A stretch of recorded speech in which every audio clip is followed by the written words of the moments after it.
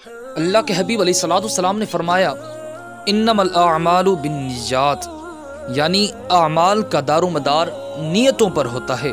جتنی ہماری نیت خوبصورت ہوگی اتنا ہی عمل خوبصورت ہوگا، جتنی ہماری نیت بد ہوگی اتنا ہی عمل بدصورت ہوگا۔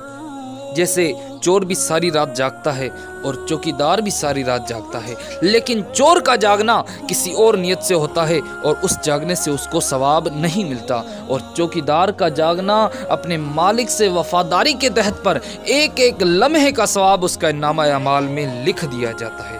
اس لیے اللہ تعالیٰ سے دعا کیا کریں کہ اللہ تعالیٰ ہمیں عمل کرنے سے پہلے ہماری نیتوں کو درست فرما لے۔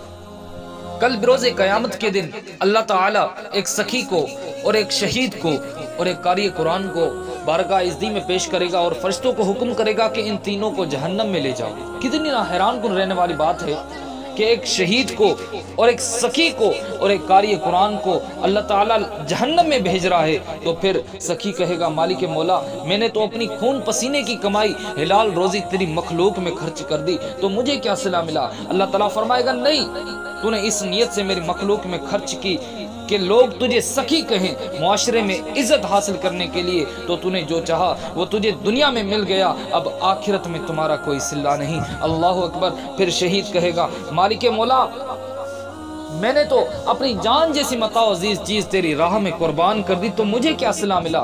تو اللہ تعالیٰ فرمائے گا نہیں، تو اس نیت سے میدان جنگ میں گیا تھا کہ اگر تو شہید ہو جائے تو تیرے نام کے ڈنکے بجیں، تیرے نام کے جھنڈے لہرائے جائیں، تو تو نے جو چاہا وہ تجھے دنیا میں مل گیا، اب آخرت میں تمہارا کوئی صلہ نہیں۔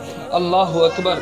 تو پھر قاری قرآن کہے گا مالک مولا میں نے تو ساری زندگی تیرے قرآن کی خدمت کی، تو مجھے کیا صلہ ملا؟ تو اللہ تعالیٰ فرمائے گا نہیں، تو نے اس نیت سے قرآن کی نوکری کی کہ جب تو قرآن کو سنوار کے پڑھے تو لوگ تجھے واہ واہ کہیں، تو جس سے تو نذرانے بٹوئے تو وہ تو نے جو چاہا وہ تجھے دنیا میں ہی حاصل ہو گیا، پر آخرت میں تمہارا کوئی حصہ نہیں۔ اللہ اکبر۔ میرے بھائیوں اگر ہم اپنے نظریے سے دیکھیں یہ کتنے نہ تینوں مقدس کام تھے، لیکن نیت کے فرق سے سزا مرتب ہوئی۔